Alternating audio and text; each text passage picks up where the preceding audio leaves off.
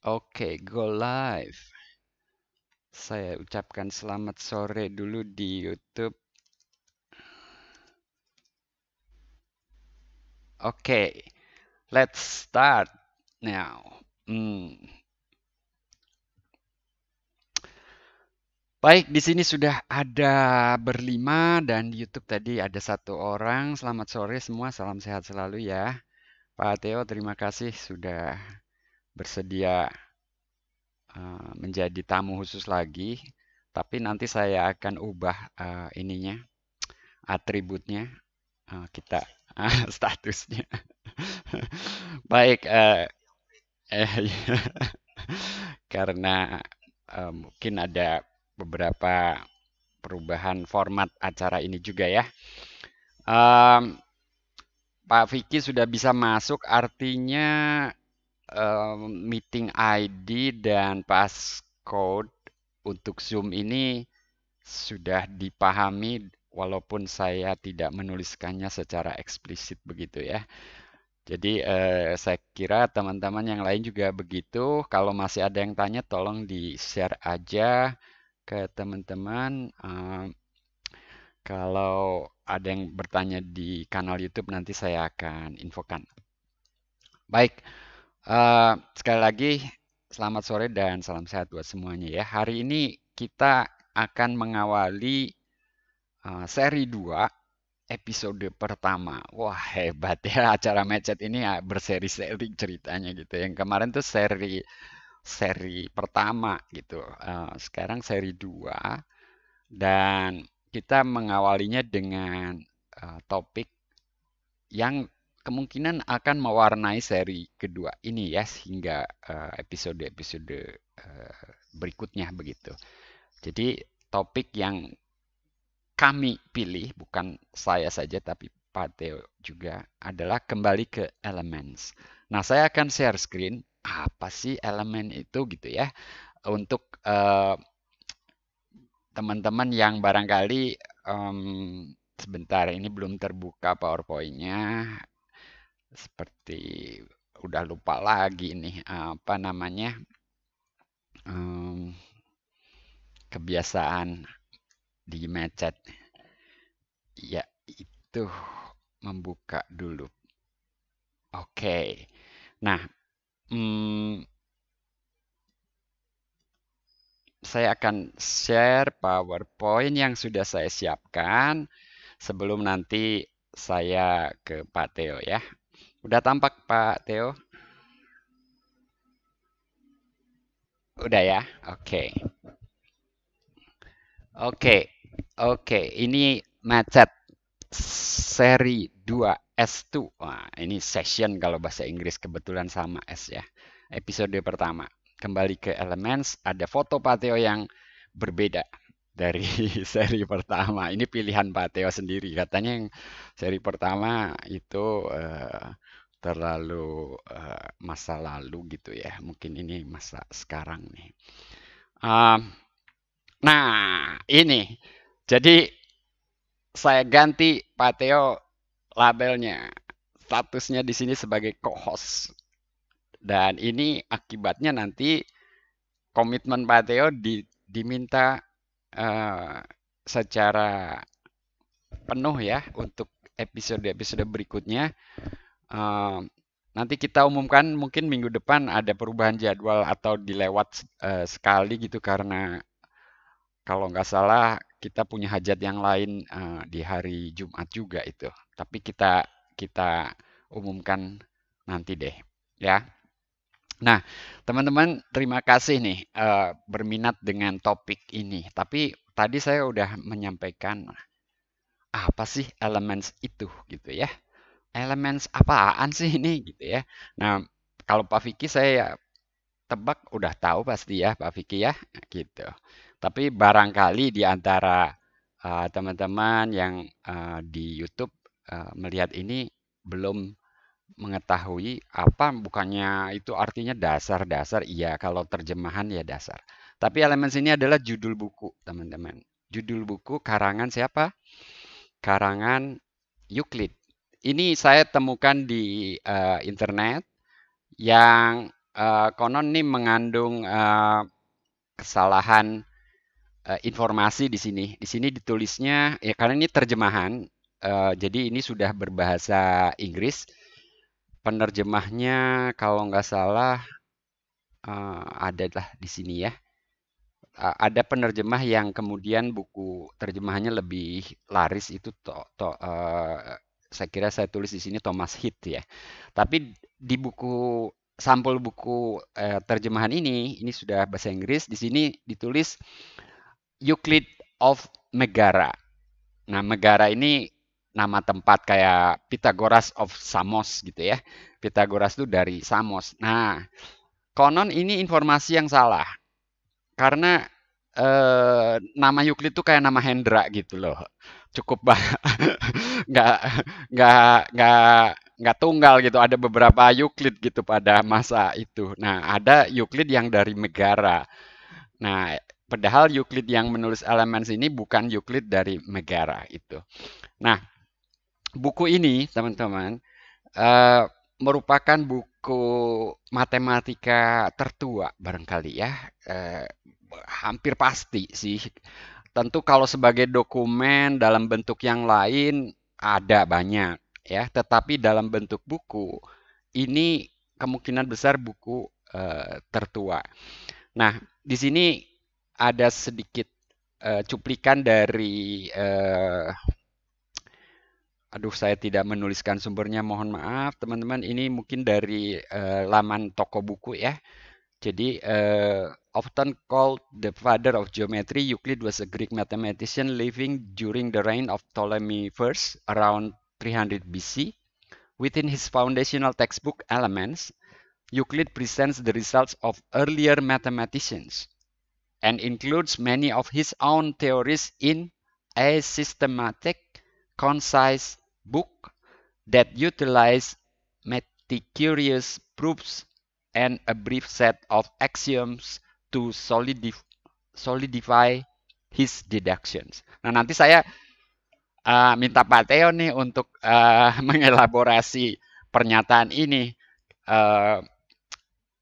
Ya, tanda kutip kami sudah berbagi tugas begitu ya untuk Mecet episode ini. In addition to its easily referenced geometry, Elements also includes number theory and other mathematical considerations. For 23 centuries, this work was the primary textbook of mathematics, containing the only possible geometry known by mathematicians until the late 19th century. Today, Euclid's Elements is acknowledged as one of the most influential mathematical texts in history. This volume includes all 13 books of Euclid Elements and is translated by Thomas Heath. Ya betul, ini sampul yang terjemahannya Thomas Heath. Thomas Heath itu sejarawan matematika yang tentunya juga menguasai beberapa cabang matematika utama begitu ya. Saya tidak mengiklankan buku ini, saya nggak akan dapat persentase atau apapun, tapi tadi saya cek di toko buku online, antara lain saya nyuplik ini, itu harganya terjangkau teman-teman. 350.000, 370.000, dapat 13 volume sekaligus dalam satu buku yang tebal, 400-an halaman sekitar itu. Oke, tentunya kalau Pak Anwar udah masuk, Pak Anwar akan nyari e-booknya juga. Dan ya kalau beruntung ketemu, tapi kalau saya ya mungkin saya print juga gitu ya. Saya print ya dijilid dan seterusnya ya harganya kurang lebih segitu juga gitu. Anwar masuk, panjang umur dia. Iya. Ya udah dari tadi videonya nggak dinyalakan ya. Oke.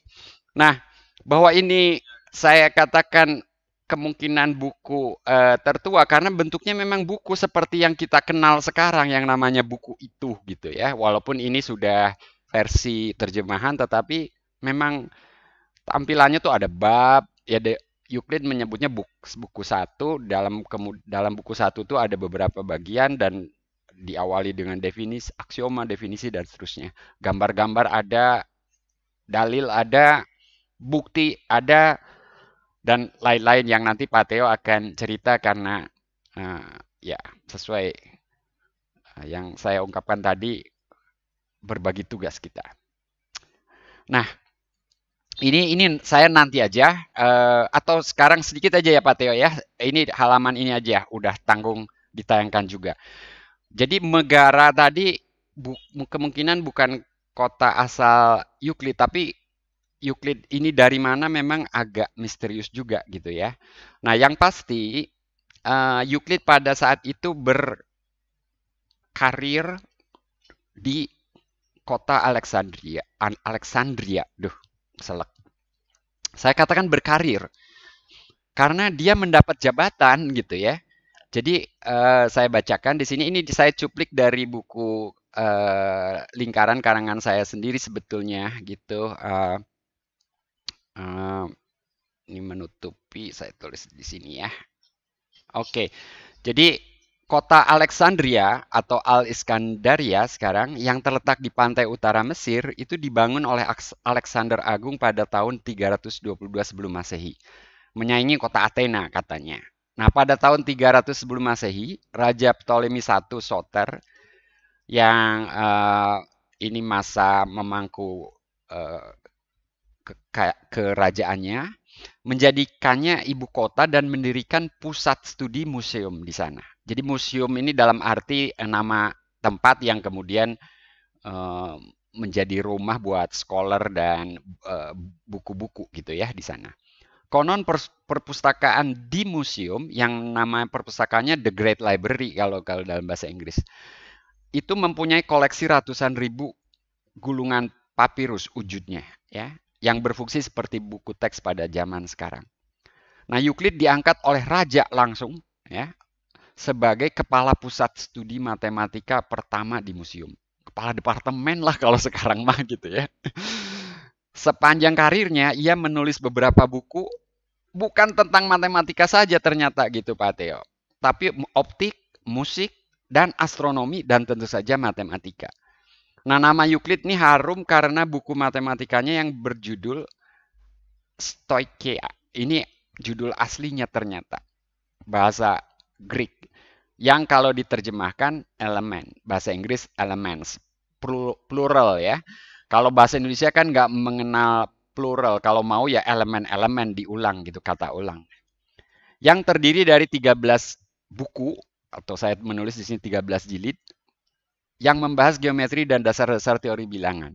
Nah, buku ini ditulis kira-kira tahun 300 sebelum Masehi dan menjadi semacam buku pegangan wajib bagi setiap pelajar yang ingin mendalami matematika di Alexandria pada masa itu. Termasuk nanti beberapa puluh tahun kemudian Archimedes tuh belajarnya tuh di Alexandria ini. Begitu. Nah, jadi siapa sih Euclid itu? Di sini ada catatan kaki. Mengingat karyanya yang luar biasa, kita patut bertanya siapa sih Euclid? Sayangnya tidak banyak informasi mengenai asal-usulnya. Namun menurut para muridnya, Euclid itu pernah mengajar di akademia yang didirikan Plato di Athena. Nah, jadi ibaratnya gitulah ya. Saya misalnya mengajar di Bandung, lalu rektor ITERA katakanlah memerlukan guru besar matematika misalnya, ini andai-andai ini. Lalu saya diminta pindah ke sana, bukan cuma ngajar dua hari seminggu, tapi betul-betul pindah, kira-kira seperti itu. Ya, dari umurnya ia lebih muda daripada Eudoxus dan Aristoteles, tapi lebih tua daripada Archimedes dan Eratosthenes. Siapa mereka, ini kapan-kapan bisa kita bahas. Saya berhenti dulu di situ teman-teman. Terima kasih sekali lagi sudah bergabung. Mudah-mudahan pembuka dari saya sedikit memberi gambaran what is apa itu elements. Nah, sekarang saya akan mengumumkan satu aturan baru atau format baru yang akan mewarnai seri 2 ini. Jadi saya dan Pak Theo sudah bertemu sebelumnya Dan kita menyepakati untuk seri 2 ini eh, apa ya nama acaranya tetap Matchat, tapi kita akan me- membahas substansi begitu. Tidak lagi tentang keindahan, tidak lagi tentang ya implisit mungkin kalau soal pembelajaran bisa saja, tetapi pada dasarnya kita akan membahas substansi, tetapi bukan kuliah gitu ya. Jadi kita lebih lebih informal atau menyampaikannya dalam bahasa populer begitu ya. Dengan harapan setelah mengikuti acara ini teman-teman juga mendapat uh, wawasan baru ya, baik tentang substansi yang dibahas maupun proses bermatematika yang terkait dengan substansi tersebut. Jadi begitu. Nah, karena itu tadi di awal saya uh, mohon kesediaan Pak Teo untuk menjadi co-host gitu, bukan lagi sekedar uh, special guest, tamu khusus, tapi co-host artinya kemudian saya dan Pak Teo akan uh, saling mengisi dalam menyampaikan substansi itu. Nah, waktu kita kurang lebih 100 menit dan mungkin nanti di tengah hmm, artinya dalam 100 menit ini kalau kita bagi dua sesi, nanti di akhir sesi pertama saya akan beri kesempatan pada teman-teman untuk bertanya, tetapi lebih baik bila ada pertanyaan dituliskan dahulu di chat. Demikian juga yang di kanal YouTube menuliskan, nanti saya akan memilih pertanyaan untuk dijawab. Jadi chatnya dimanfaatkan ya, fasilitas chat yang ada di Zoom maupun komentar yang ada di kanal YouTube. Nah, kemudian di akhir sesi 2 juga demikian. Jadi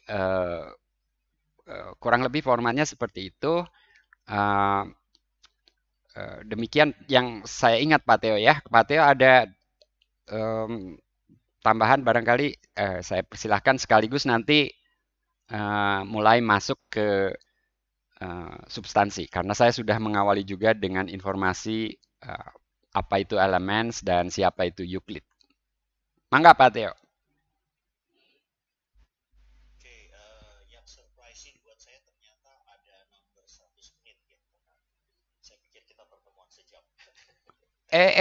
Sampai jam 5 tuh 90 menit, lalu bonusnya 10 menit.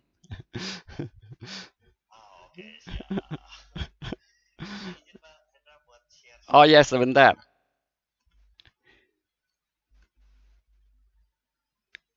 Pak Teo ada acara lagi jam 5.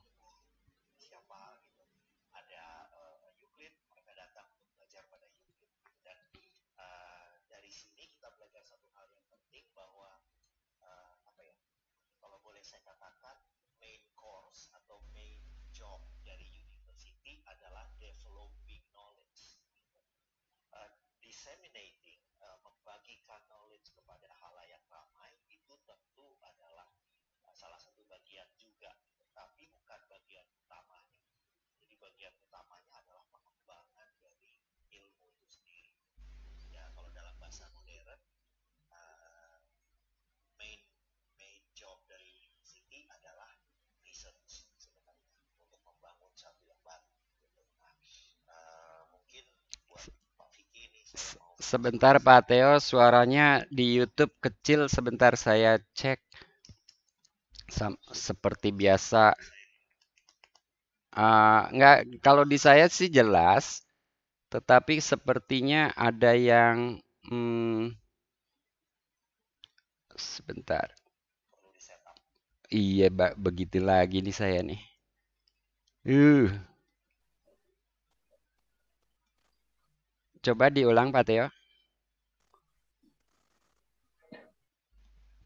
Tapi saya masih belum bisa share screen.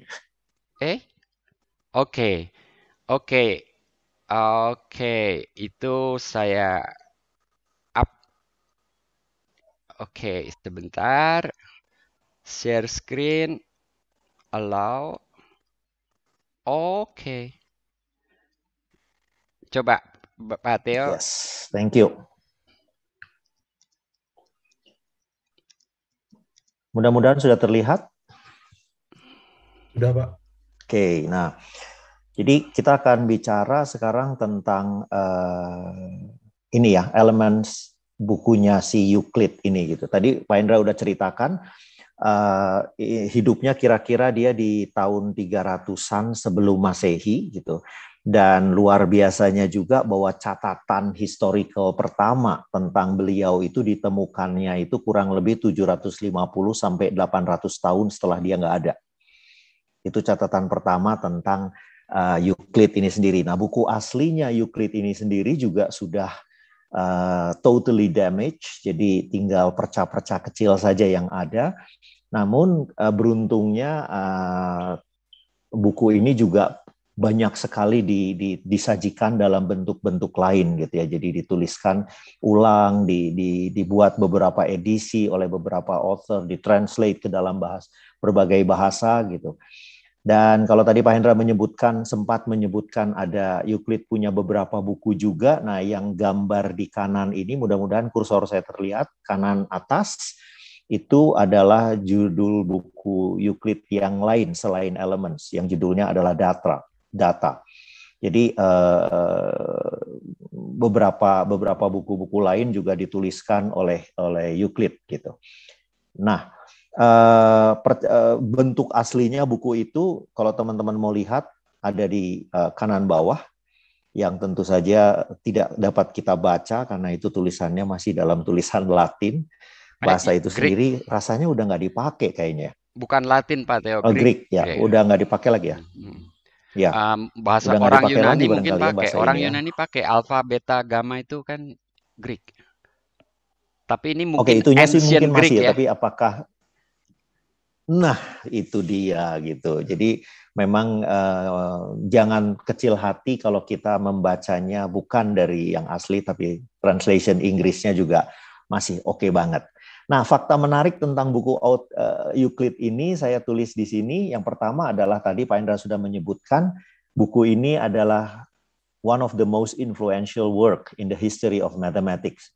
Dari sejak dipublikasikannya sampai saat ini, sampai awal abad ke-20 itu masih merupakan diakui sebagai buku yang paling influential. Bukan hanya dalam hal konten, tapi juga dalam cara menyajikannya gitu. Jadi Euclid ini menyajikan buku tersebut dengan kering kerontang, tidak ada bahasa pernak-pernik, pengantar, nggak ada motivasi, nggak ada apa. Contoh, waduh, haram itu buat Euclid. Dia hanya menyajikannya dalam bentuk statement, proofs. Statement, proofs, seperti itu. Dan sampai late 19 abad, early 20, abad 20 itu beberapa pure mathematician masih sangat suka menggunakan style tersebut. Saya nggak, mungkin Pak Hendra juga masih ingat dosen kita tercinta Pak Effendi Hutahian, yang juga kurang Gayanya lebih senang sekali menyajikan segala bentuk ya dengan gaya yang seperti itu gitu. Kalau dari luar mungkin tentu Lang adalah ya. Lang, search Lang ya. Search Lang kadang masih friendly ya bahasanya gitu. Masih lebih ada pengantar antara satu teorema dengan yang lain, lalu dia juga menjelaskan pemikirannya gitu. Tapi Euclid ini benar-benar menuliskannya sebagai kering kerontang gitu. Ada sebuah cerita lucu nih ya yang terkait dengan ini. Ini matematikawan sebenarnya di abad ke-19, 20 sebenarnya. Namanya Victor Eckhaus. Nah, Victor Eckhaus ini adalah pembimbing dari Ferdinand Verhulst. Nah, Ferdinand Verhulst ini adalah pembimbing saya dulu gitu. Jadi ini kakek saya, ternyata kakek akademik saya gitu, Victor Eckhaus ini. Dan dia adalah seorang Jew yang merupakan orang Yahudi, yang merupakan salah satu korban dari keganasan tentara Jerman waktu itu. Keluarganya lah, at least seperti itu. Nah, aslinya dia adalah orang Polandia. Jadi satu saat dia pulang ke Polandia untuk kemudian meninjau desanya setelah Perang Dunia Kedua. Dan dia menuliskan buku tentang itu. Buku tentang kondisi Polandia, seperti itu. Dan dia menyajikannya dengan gaya pure mathematician. Yaitu dia menyajikannya dengan there was a store selling bread in this area and it's no more. That's it. Pindah ke tempat lain dan menyajikannya dengan seperti itu. Jadi saya mau perlihatkan bahwa gaya menuliskan yang kering kerontang seperti itu bahkan mewarnai seseorang matematikawan ketika dia menuliskan buku yang lain gitu, bukan buku matematik. Buku gitu. Principia Ya. Newton juga Jadi, seperti itu, Pak Teo. Buku Principianya Newton juga seperti itu. Oh ya, betul. Betul sekali. Cahaya Nah, tuh didefinisikan tuh, Vicky. Nah, Iya, Pak. nah, Jadi yang itunya bahkan panjang, banyak orang yang bikin buku terkait dengan penjelasannya gitu ya, yang bisa Ya. dibaca umum gitu, non mathematician maksudnya. Ya. betul, gitu. Oke.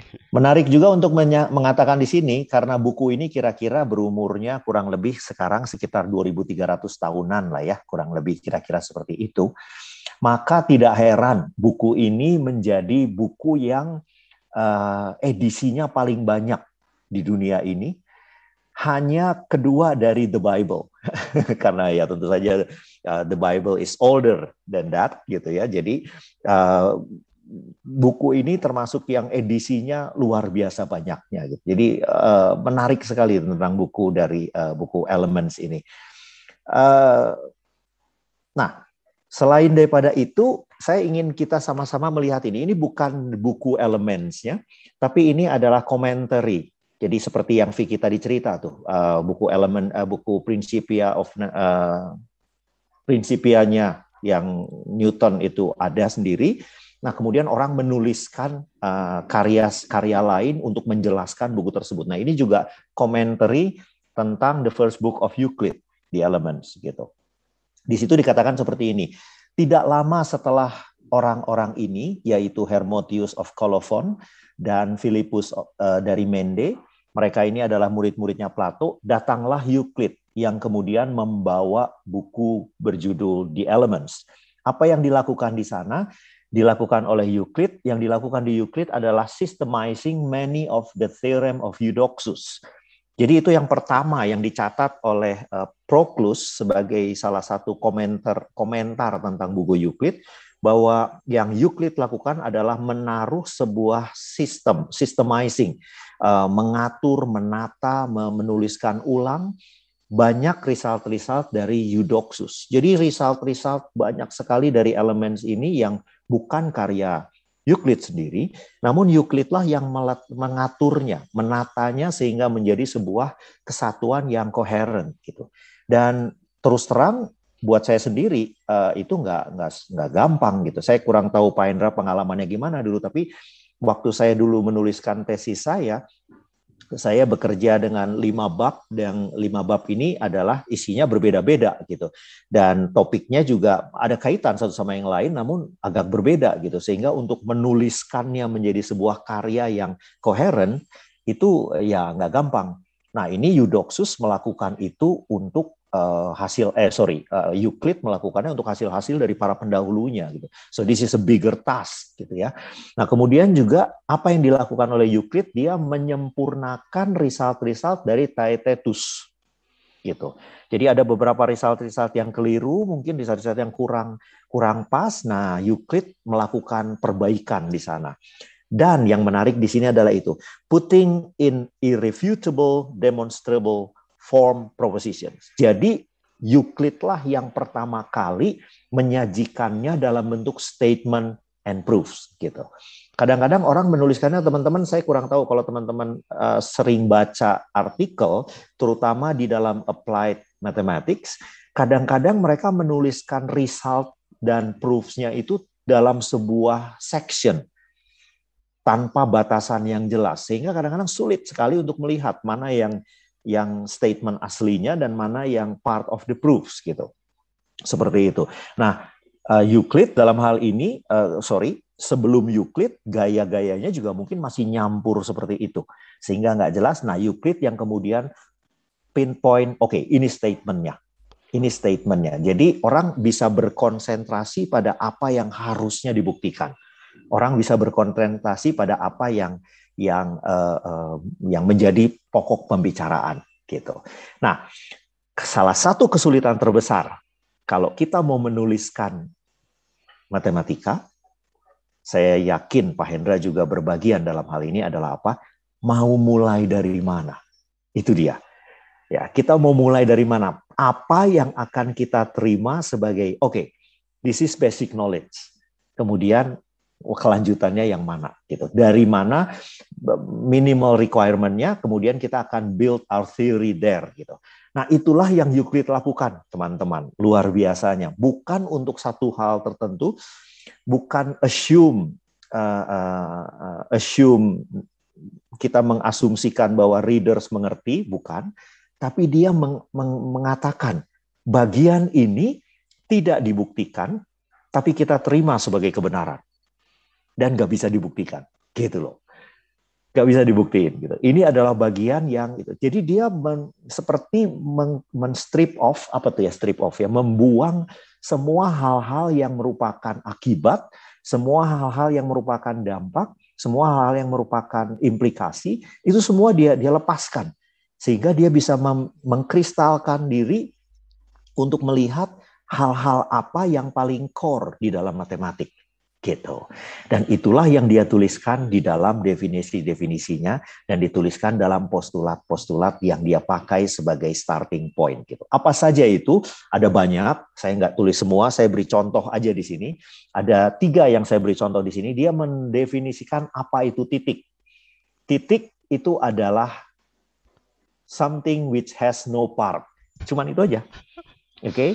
Jadi setiap kali dia bilang titik, kita tidak bisa boleh bertanya, buktikan apa itu titik, atau apakah titik itu ada? Enggak. Dia nggak bicara eksistensi lagi. Dia hanya mengatakan titik, saya punya definisi, saya mengerti apa yang dimaksud dengan titik. Gitu. Kemudian garis, dia tuliskan sebagai breadthless length. Artinya panjang yang tidak memiliki ketebalan. Panjang yang tidak memiliki lebar, kira-kira seperti itu. So he's defining a one-dimensional object dalam bahasa geometri yang modern sekarang, seperti itu. Dan tentu saja di sini garis dia tidak pikirkan sebagai sebuah garis lurus, tapi sebenarnya sebuah kurva. Gitu, yang dia pikirkan sebagai garis gitu.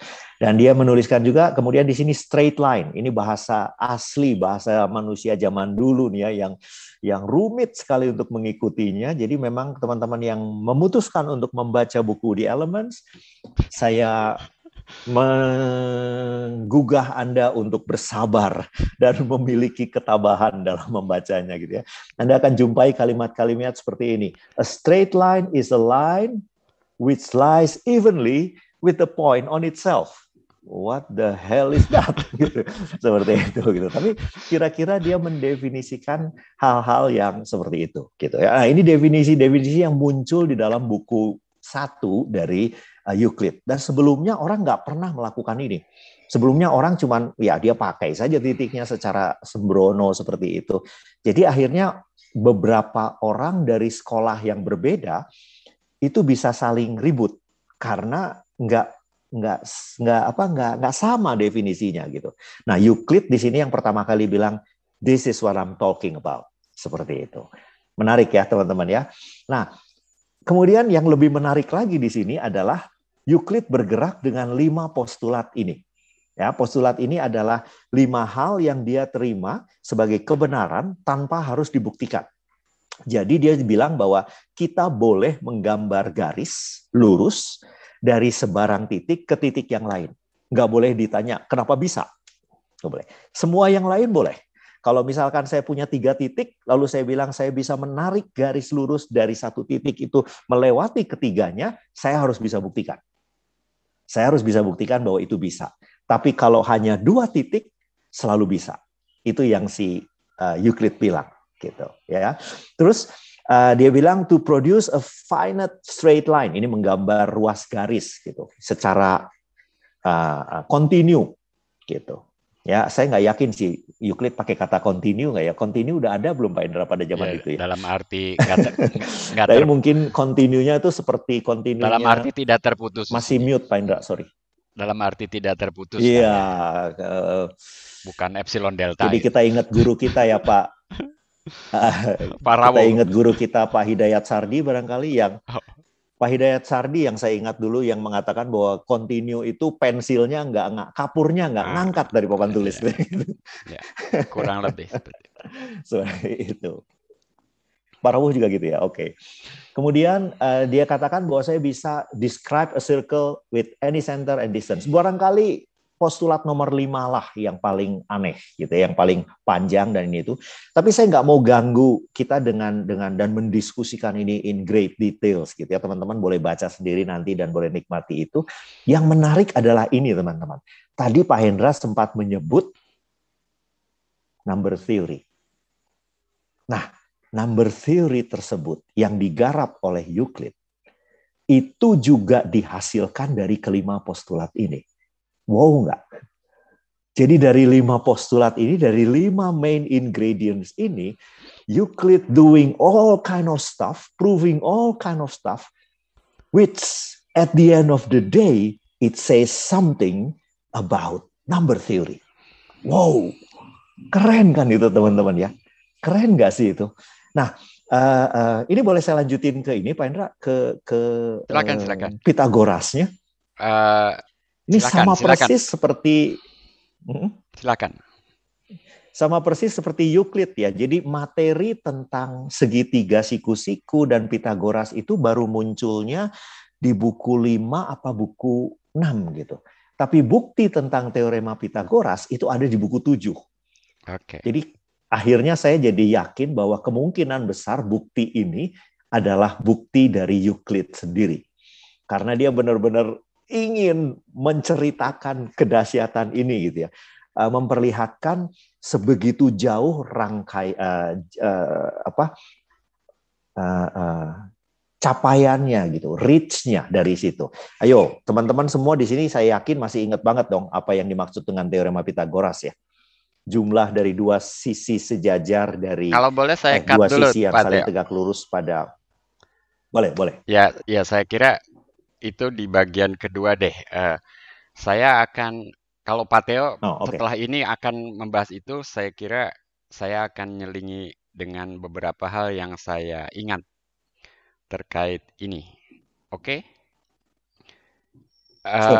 Karena dalam pembuktian itu nanti ada beberapa hal yang merupakan konsekuensi dari postulat ini, gitu ya.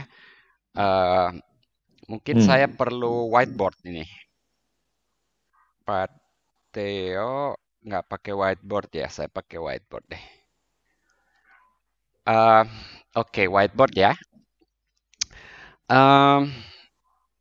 Yang mungkin yang nantinya terkait itu, kalau saya punya ruas garis, saya bisa tampak ya?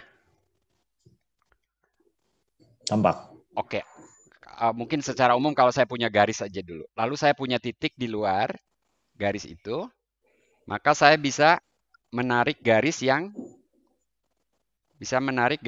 tegak lurus di situ. Right angle kan tadi udah didefinisikan ya. Bisa menarik garis yang tegak lurus. Ya. Itu satu ya, yang bakal mewarnai lah dalam banyak bukti. Yang kedua, kalau kita punya ruas garis, saya bisa membagi 2 sama panjang. Caranya, teman-teman, ibu, bapak, guru mungkin hafal dengan bagaimana mengkonstruksi bangun-bangun sederhana pakai penggaris dan jangka saja, pakai saja. Penggaris dan jangka saja. Saya nggak tahu Pak Mas Wiworo nanti bisa ini masih nggak ya. Jadi caranya membagi 2 sama panjang ini pakai jangka dengan jarak sepanjang itu, lalu saya buat lingkaran. Tadi kan lingkaran udah disebut ya. Lalu jadi pusatnya si A ini. Lalu dengan pusat si B saya bisa ini juga gitu kan.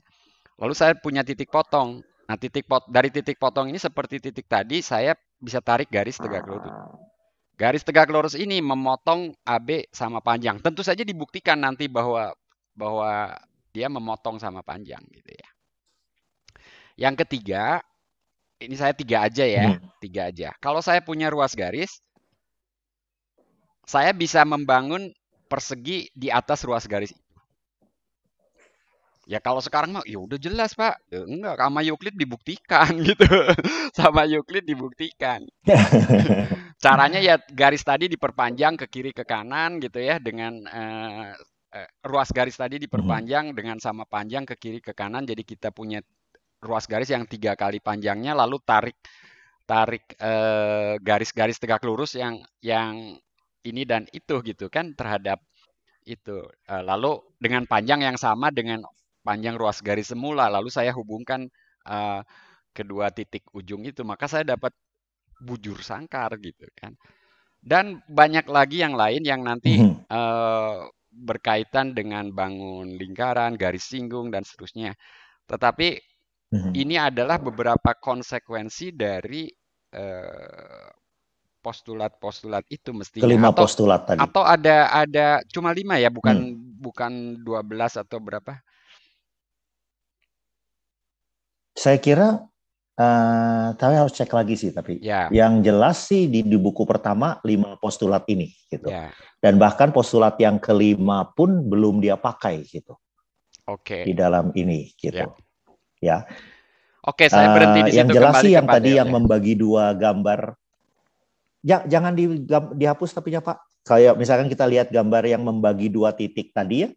Itu kan kelihatan ya teman-teman ya. Masih ingat nggak tadi postulatnya apa aja?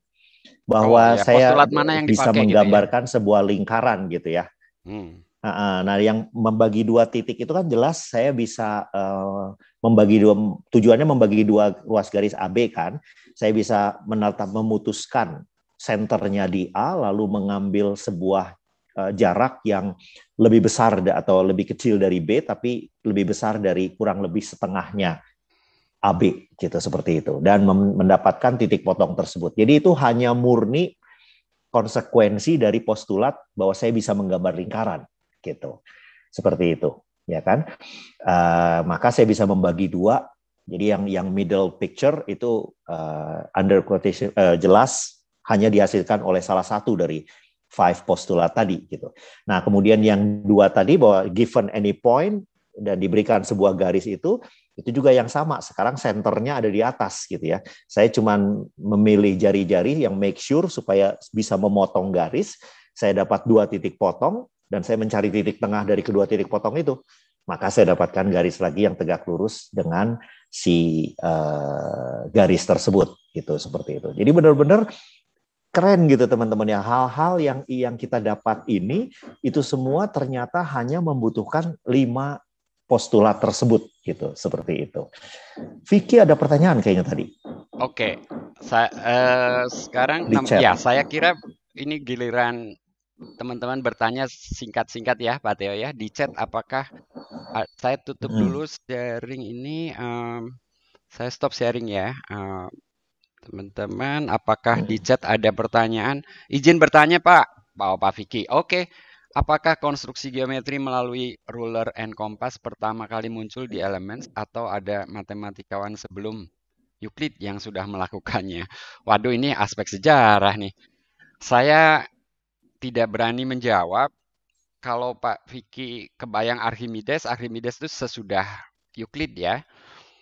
Tapi yang sebelum Euclid kan disebut beberapa nama, Eudoxus, Titus, Aristoteles, kemudian juga Pythagoras dan para muridnya. Ada salah seorang murid Pythagoras yang cerdas tuh Archytas namanya, tapi tahunnya lupa, tapi sebelum Euclid ya. Jadi kemungkinan sebelumnya sudah dikenal juga. Tapi Euclid seperti kata Pak Theo, juga percayanya begitu. Seperti kata Pak Theo, merumuskan postulat dan dengan ruler and compass itu dia tuh bisa membayangkan bahwa yang lainnya tuh bisa diperoleh gitu. Saya kira itu Ya, yang terjadi. Tapi ruler and simple kompasnya saya ya. kira udah dikenal ya. Ya, simple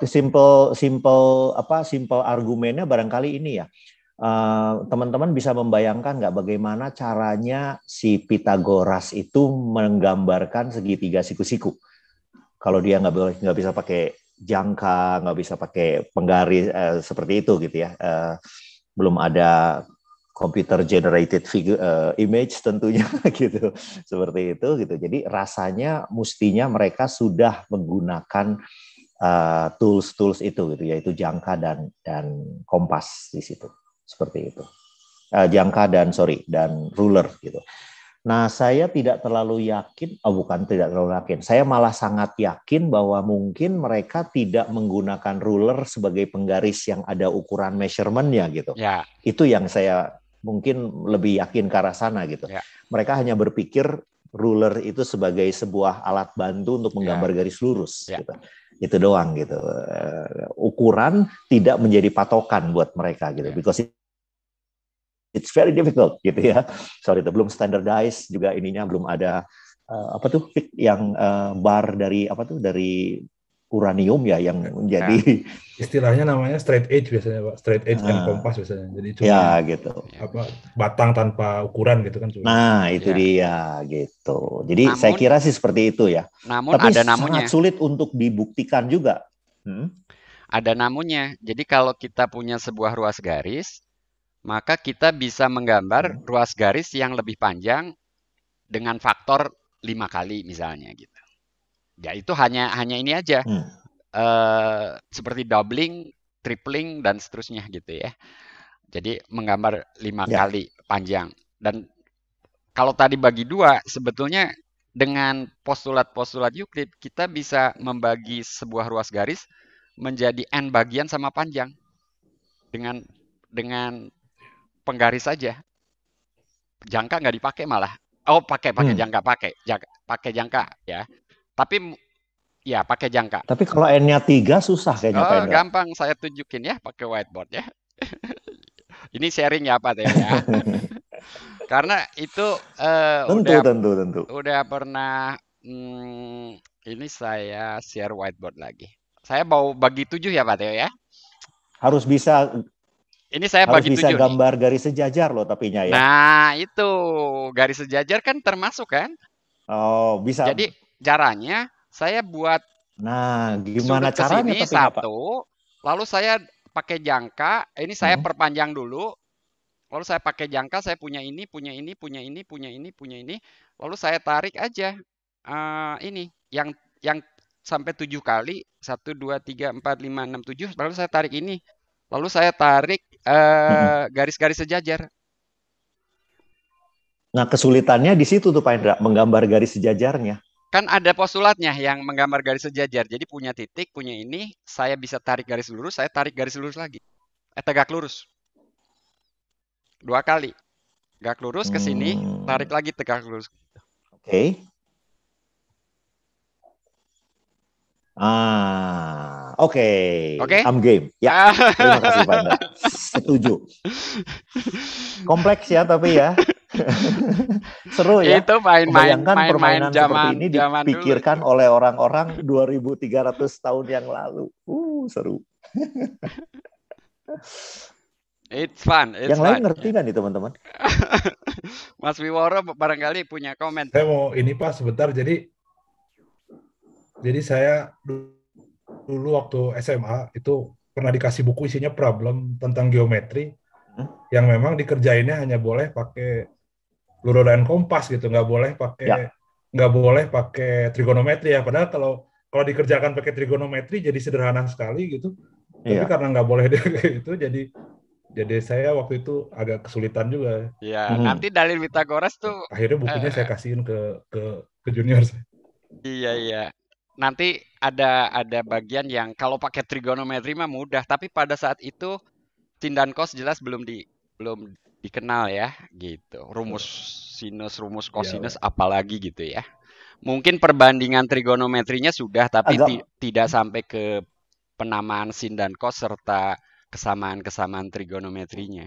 Tentu dalil Pitagoras Ya, yang nanti paling dibahas Pak Theo kesebandingan ya. segitiga gitu-gitu. Betul, kesebangunan ya paling. Gambaran yang mungkin mirip juga adalah ini kan ya, teman-teman semua udah mengenal bagaimana integral dikerjakan pada zaman SMA.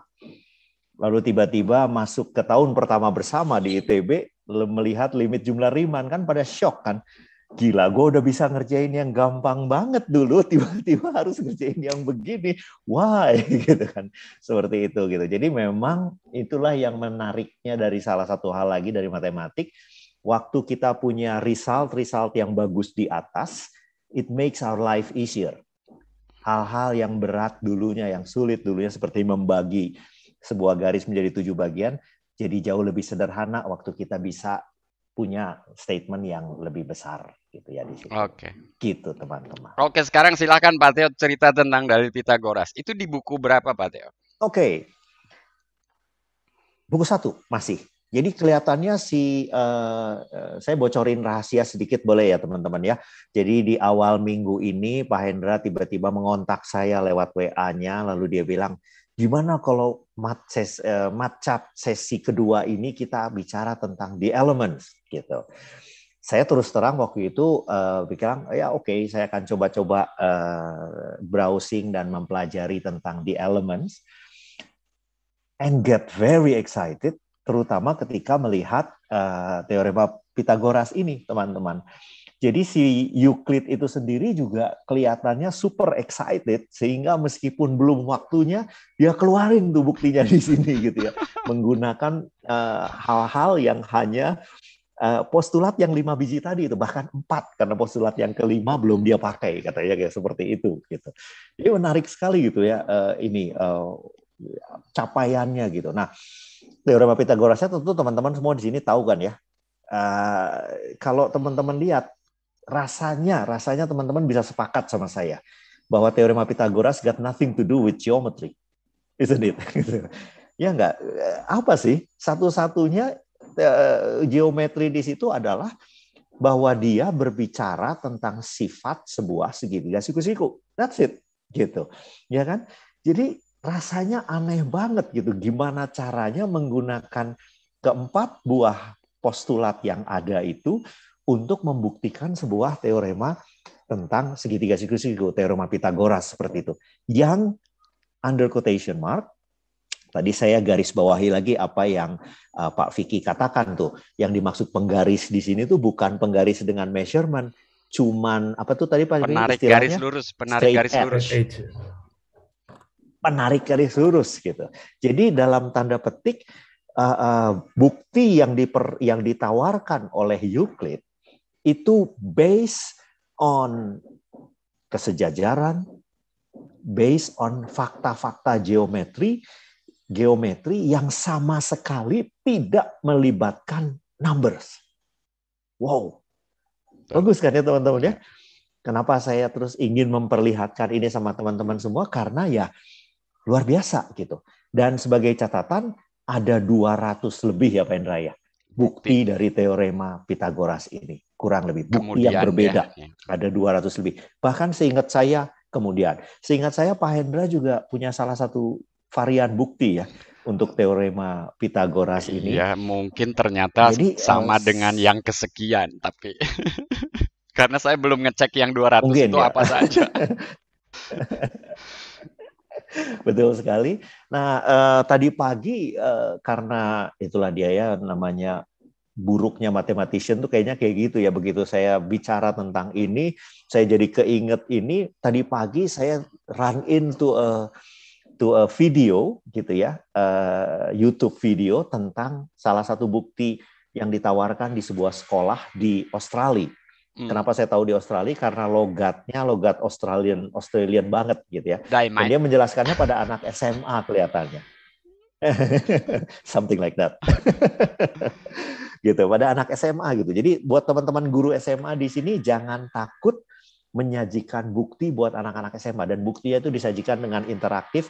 Sayangnya saya lupa untuk mencatat linknya. Jadi mungkin di matchat 2 di sesi 2 nanti di episode 2 saya akan perlihatkan itu Di episode 2 nanti akan saya kasih lihat gitu Pak ya. Oke. Nah, oke, itu penjelasan singkat tentang buktinya. Now let's go to the proof itself.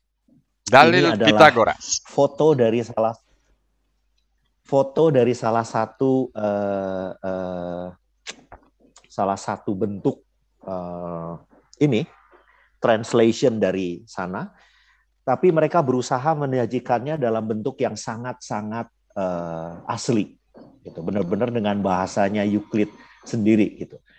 Teman-teman bisa baca ya. Let ABC be a right angle triangle with angle BAC right. Gitu. I say that the square BC is equal to the square on BAC. Kemudian dia buktikan, gitu seperti itu. Jadi ini benar-benar no motivation, no nothing. It was just like brutally exposing you with facts. Gitu. Ini yang kemudian saya biasa menyebut dengan Pak Hendra apa yang dikenal dengan nama kalkulus preposisi. Jadi seperti melakukan kalkulus, melakukan perhitungan, tapi bukan dengan angka numbers or some kind of special function. Enggak. Hanya menggunakan dalil-dalil, menyambungkan dalil yang satu dengan dalil yang lain, mengaitkan dalil yang satu dengan PowerPoint-nya ini apa PDF-nya ini boleh saya sampaikan kepada teman-teman semua nanti di sini saya bisa kirim. Kurang lebih kira-kira gambarannya seperti ini. Kalau kita sederhanakan, kita kembali ke bentuk ini. Sebentar ya teman-teman ya, saya perlu mengambil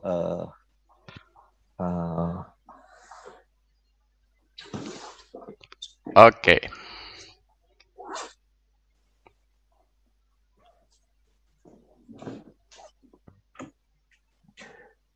Atau mau dibaca dulu deh teman-teman ya, saya perlu ngambil ballpoint elektronik saya supaya saya bisa menuliskan sesuatu. Sebentar ya teman-teman ya. Yang tadi ditayangkan saya bacakan. Baik, ya ini postulatnya diingat lagi begitu ya. Kalau teman-teman baca ini memang ini istilahnya garing gitu ya. Misalkan ABC adalah I say that itu adalah kalau sekarang mungkin maka gitu ya. Jadi itu klaim yang kemudian akan dibuktikan oleh si Euclid. Jadi, I claim that gitu ya. I say that the square on D. Nah ini terkait dengan yang saya katakan tadi. Kalau kita punya sisi segitiga, maka sisi-sisi itu kan bisa kita anggap ruas garis. Lalu di atas ruas garis itu kita dapat membuat persegi atau bujur sangkar begitu ya. Oke, kembali ke Pak Theo mic-nya. Jadi ini terkait dengan yang tadi Pak Theo. Saya nggak ketemu bolpennya, jadi saya benar-benar pakai telunjuk. Ya. Harus benar-benar kayak Euclid.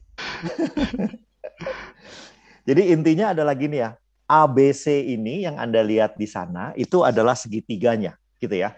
Dan kemudian dia menggambarkan sebuah bujur sangkar. Nah itu tadi postulat ketiga tuh yang Pak Hendra perlihatkan tadi ya. Bagaimana bahwa kita boleh menggambarkan sebuah bujur sangkar gitu. Bisa menggambarkan sebuah bujur sangkar. Nah, bagaimana cara menggambarnya? Ya tentu saja itu harus dibuktikan dan bisa dibuktikan gitu. Dengan menggunakan postulat-postulat yang ada tadi gitu. Seperti itu ya. Nah, oke, jadi dia gambarkan itu. Kemudian lihat Euclid menarik garis dari A ke L. Dan itu adalah postulat kedua yang Pak Hendra katakan tadi itu ya. Proposisi kedua, proposisi pertama bahwa dari sebuah titik dapat ditarik sebuah garis yang tegak lurus ke garis DE gitu, seperti itu. Itu adalah proposisi yang itu, ya. Nah, kemudian Euclid katakan bahwa saya bisa menarik garis A ke D dan A ke E, F ke C. Itu postulat pertama. Bahwa dari sebarang dua titik selalu dapat digambarkan seperti itu gitu. Nah, setelah itu Euclid mulai bermatematika tuh. Nah, gimana bermatematikanya? Dia bilang gini yang pertama, perhatikan segitiga BFC. BFC gitu. Nah, segitiga BFC ini bandingkan dengan segitiga ABD. Mereka berdua adalah dua buah segitiga yang sama. Mengapa? Karena FB sama dengan AB. Dan BC sama dengan ini. Kemudian Euclid berargumen lagi. Sudut di B ini adalah 90 derajat plus sesuatu. Dan di sini 90 derajat juga plus sesuatu yang sama. Jadi sudutnya sama. Sebuah buah segitiga yang memiliki dua pasang sisi yang sama dan mengapit sebuah sudut yang sama. Sama, kata Euclid. Kedua segitiga ini sama. Jadi segitiga ini dan segitiga ABC ini sama, katanya. Keren ya? Hanya menggunakan itu. Dia nggak ngukur apa gitu. Dia hanya ini. Nah, kemudian yang menarik di sini saya coba gambar dengan menggunakan kursor saya. Dia menarik garis yang, garisnya nggak sejajar. Maafkan saya. Saya bantu. Saya bantu, Pak Teo. Ya. Boleh saya yang menarik garis? Saya bawa pen. Boleh. Okay. Thank you banget. Let's collaborate. Saya nggak ketemu pen saya. Tarik garis AF ya? Well, nggak AF sih. Ke sesuatu titik di antara A dan C, supaya garis tersebut sejajar dengan BC. Oh, jadi jajar genjang. Ya, tepat sekali. Tapi sebetulnya ke AF juga bisa langsung karena itu alas, mungkin pakai yang lain ya. Oke. Nah, itu yang merah tuh yang Pak Hendra tarik tuh ya. Nah, kemudian Euclid mempunyai sebuah lema atau proposisi sebelumnya yang mengatakan bahwa dua buah garis yang sejajar, kalau mempunyai base yang sama, maka rectangle yang dibuat dengan ketinggian yang sama, diapit oleh dua buah garis sejajar, itu selalu mempunyai luas yang sama. Jadi, kalau ini untuk menghormati nama Pak Hendra, H sudah dipakai, E sudah dipakai, N belum, saya kasih nama titik N ini, gitu ya. Nah, maka jajar genjang FBCN itu luasnya harus sama dengan BFGA. Ya, karena cakep ya teman-teman ya. Karena base-nya sama dan FB dengan GC ini sejajar. Sehingga persegi itu dengan jajar genjang yang ini sama luasnya. Dan jajar genjang yang FBCN itu 2 kali segitiga FBC. Jadi saya punya kaitan 2 kali FBC adalah luas yang ini nih. Dan teman-teman lihat bahwa segitiga tadi itu sama dengan ABD. Sehingga saya bisa membuat kaitannya dan menyimpulkan bahwa luas FBAG itu akan sama dengan luas yang ini. Wow, nice, isn't it? Tanpa menggunakan ukuran, tanpa menggunakan apapun, hanya prinsip-prinsip kesejajaran dan itu, ternyata saya bisa membuktikan bahwa luas yang sana tuh sama dengan ini. Cakep nggak tuh? Saya lihat Vicky sedang merenung. Cakep ya Vicky ya? Dahsyat kan ini ya? Asik gitu loh. Dia cuma pakai straight edge gitu untuk itu. Dan kompat gitu. Dia menyimpulkan itu tuh. Keren. Cakep banget teman-teman. Nggak pakai kertas yang dipotong-potong gitu. Luar biasa banget. Dan tentunya penggal yang ini, penggal yang satunya tuh, yang kalau ini D udah R. Nah ini huruf R. Nah luas segitiga persegi panjang RLEC itu akan dia buat sama dengan H ini. Caranya gimana? Maaf Pak Indra, saya perlu Eh, menghapus iya, iya, semuanya. hapus saja. Kalau Hapus. bisa, Silakan, tapi nggak silakan. bisa. Oh, nggak bisa ya? Harusnya bisa. Oke, kayaknya harus Pak Hendra deh. Kayaknya Hapus. harus Pak Hendra Bentar, deh. bentar, bentar. Option annotate-nya saya munculkan penghapus. Loh, kok nggak bisa ya? Ya, Bentar, bentar, bentar. ini aja erase drawing, all drawing Oh, iya, erase lewat all drawing annotate-nya. ya. Ada opsi itu ya. Itu di Mm-mm. bentar.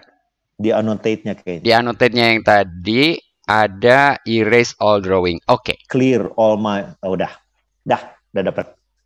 Gitu. Nah, sekarang yang harus kita dilakukan adalah apa, teman-teman? Sama lagi, memperhatikan segitiga ini. Nah, dan kemudian menyimpulkannya bahwa segitiga ini tuh harus sama dengan sebuah segitiga lain di dalam sana. Gitu. Untuk menyimpulkan bahwa lingkaran yang ini itu sama dengan, persegi yang ini itu sama dengan yang ini lagi. Gitu. Cakep ya teman-teman ya? Bukti yang dahsyat ya.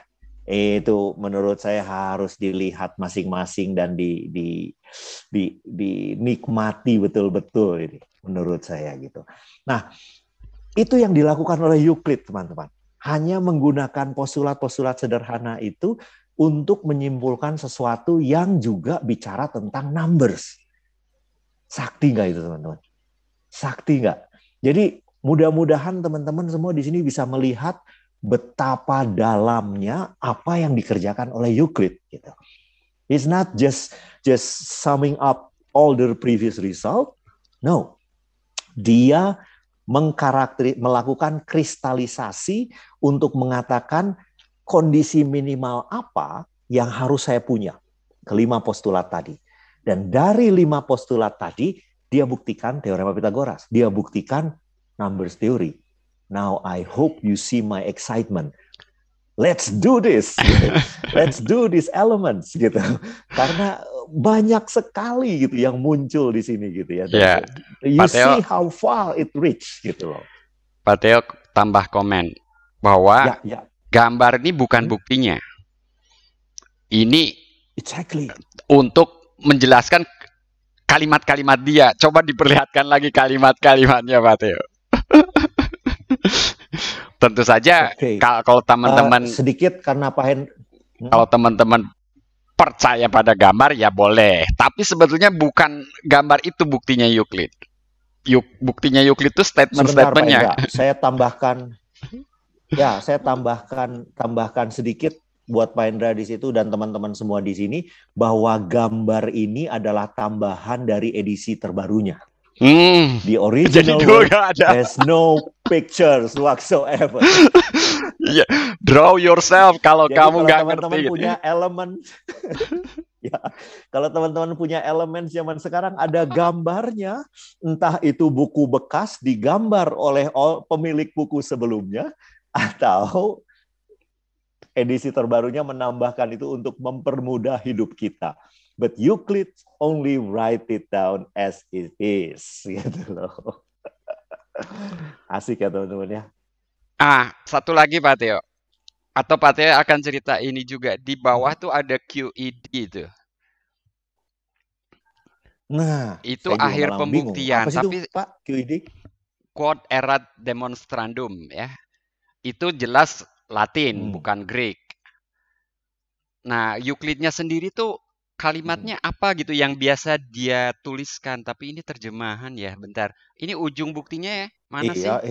Ini cuman therefore etc kok itu, ada Pak, etc. Yang bawah. Mungkin itu statementnya si siapa? Si Euclidnya yang dia potong. ETC itu maksudnya terbukti kali Pak. Sehingga enggak, ETC terbukti mah gitu, seterusnya. Harusnya Dan bukan seterusnya. itu kalimatnya, harusnya bukan itu. Ya. Kalau nggak salah kalimat seperti ini, dan itulah yang telah saya katakan tadi, kira-kira gitu sebetulnya. Cuman ini nggak terlihat di sini ya. Ya, diganti menjadi QED. Yang Latin sebetulnya itu ya. Betul. Oke, silakan Pak Teo, masih ada lanjutan atau teman-teman mau bertanya dulu? Bertanya aja, saya udah habis. Oke, silakan teman-teman kalau ada pertanyaan. Ini tadi mungkin Pak Teo bisa nanggapi juga, udah saya Oh, Pak tanggapin, Syafri. tapi barangkali Pak Teo mau menambahkan. Pak Syafri bilang, ini berarti rumus luas bujur sangka sudah diketahui ya. Lalu saya jawab, sedang dijelaskan tuh bahwa yang dipakai adalah kesebangunan dan sifat-sifat dasar luas tanpa menggunakan rumusnya, begitu. Eh, Betul nggak Pak Rumus Teo? apa maksudnya Pak Indra? Saya kurang ngerti, Pak Rumus Syafri. luas lingkaran itu Rumus luas sisi bujur sangkar, kuadrat, Pak alas Teo. kali tinggi, gitu. Oh, Kan ada equal to square kan begitu. Berarti kan dipahami bahwa luas bujur sangkar itu adalah apa sisi kali sisi gitu ya, atau sisi kuadrat. kalau Apa bujur memang sangkar sih saya kira iya ya. Kita nggak bisa lari dari sana sih. Tapi kalau yang tadi bahwa bahwa luas segitiga tadi adalah luas jajar genjangnya setengah kali luas segitiga, 2 kali luas segitiganya, itu benar-benar hanya menggunakan prinsip Geometri. bahwa saya punya sebuah objek yang saya bagi 2 sama persis. Gitu. Iya, Pak. Kalau yang itu paham saya. Yang bahasa equal to square kan ini kalau kita bicara Pitagoras kan berarti tadi ya dia membuktikan bahwa A kuadrat sama tambah B kuadrat sama dengan C kuadrat itu kalau di rumusnya ya maksudnya begitu Ya, ya. betul. Tapi maksud saya kan bahwa A kuadrat itu sama dengan rumus luas persegi gitu, rumus jajar apa? Saya yakin itu dia tahu. Itu sebabnya iya. dia menggambar persegi sebagai representasi dari AB kuadrat gitu. Siap. Ya kan? Kalau enggak dia nggak akan gambar itu gitu. Ya, saya kira kalau diketahuinya tahu ya. Diketahuinya sih pasti, hanya di sini walaupun Pak Teo juga mengatakan ini tuh implisit membuktikan fakta tentang bilangan begitu ya. Tetapi secara geometris gitu ya. Dan kita tidak berhadapan dengan bilangannya itu sendiri gitu, dihitung, dibandingkan gitu, tetapi betul-betul sifat-sifat geometrinya yang dipakai begitu ya. Andaikan kita lupa rumusnya, tapi kita ingat rumus luas segitiga, atau bukan rumus, tapi besar luas segitiga itu sama dengan setengah kali besar jajar genjang yang diduplikasi darinya, kan fakta-fakta mendasar seperti itu Pak Syafri ya. Yang dan sangat ini ya, sangat reasonable kan ya bahwa itu diketahui gitu kan. Kalau yang segitiga sama dengan jajar genjang dipotong 2 itu jelas kesebangunan gitu. Cuma yang tadi saya amati itu kan di square tadi itu saya yang oh iya ya gitu ya, berarti kan itu sebenarnya membuktikan luas ya, bahwa luasnya sama gitu. Betul. Yang dikembangkan luas gitu. Dan maksud saya di era itu mungkin nggak terlalu mengherankan kan ya Pak Syafri ya, bahwa konsep tentang luas itu sudah dikenal. Bayangkan si teman-teman dulu tuh Pitagoras dan teman-temannya dulu, bahkan mungkin Plato, dia nyusun kerikil dalam bentuk matriks berbentuk 3x6, lalu dia tanya ada berapa kerikil, semuanya 16 gitu. 18 gitu kan ya, karena 3x6 gitu. Kemudian dia bilang, okay, then if I have a rectangle, then it's basically kerikil-kerikil yang lebih rapat. So I think it should be this sisi-sisinya dikalikan gitu. Kurang lebih kira-kira seperti itu. Keren. Ya. Keren banget. Gitu. Nah, yang menarik di sini adalah itu ya, bagaimana dia tidak menggunakan numbers itu sama sekali gitu, fakta-fakta itu gitu. Oke. Ya. Nah, ini membuktikan teorema Pitagoras dengan menggunakan senjata yang diketahui anak SD. Betul nggak, Pak Indra? Ya. Nah, sekarang saya mau nambah pengetahuan buat teman-teman. Tadi atau udah belum ya? Saya nulis rasanya. Saya boleh share sekarang Pak Teo. Oke. Saya mau share yang udah saya siapkan berikutnya. Oke. Nah, ini saya udah tayangkan tadi, tapi saya masih punya ini, saya kira bukan ini. Nah, kalimat terakhir ini. Jadi, kalau paragraf pertama saya kira mengulang info-info yang sudah Pak Theo juga share ya. Suara saya masih nyambung? Sangat, Pak. Sangat, kok ada info sinyal tidak stabil nih. Aduh, ini lagi tethering nih. Baik, Oh, lalu biasanya hanya freeze aja.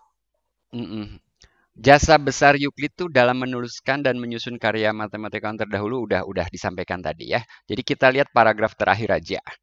Buku Elemen Jilid 1 itu tadi membahas apa saja sampai kemudian dalil Pitagoras. Tapi bukan hanya sampai di situ. Ini ada tambahan nih. Dan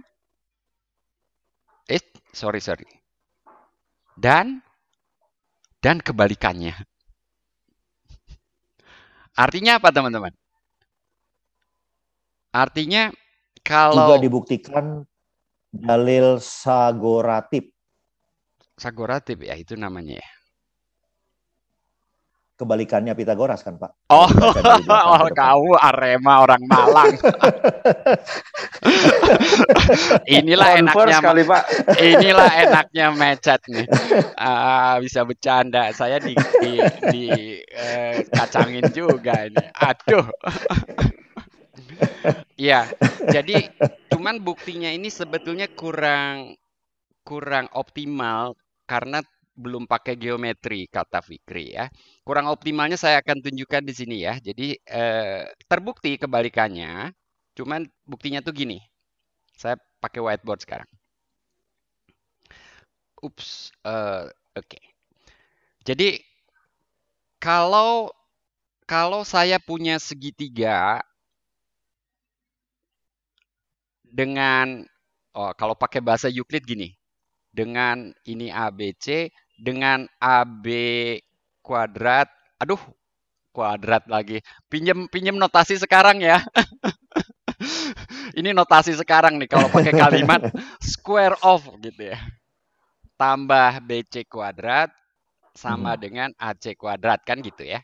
Ini diketahui nih, ini. Lalu maka gitu ya. Maka sudut ABC itu sudut tegak lurus. Ya, saya pinjam notasi sekarang lagi. Mohon maaf teman-teman, saya pinjam itu. Jadi ini maka. Ini diketahui. Ya. Nah, cuman buktinya. Ini teorema yang secara umum banyak kita tidak memandang ini ya. Ya. Kita main take it for granted aja. Begitu jumlahnya gini udah pastilah gitu. Ya. Cuman kalau pakai trigonometri, pakai rumus kosinus lah, aturan kosinus mungkin gitu ya. Nah, ini buktinya di buku Euclid ada, Pak Theo cari aja, teman-teman cari aja. Saya pernah lihat ini. Caranya, oke.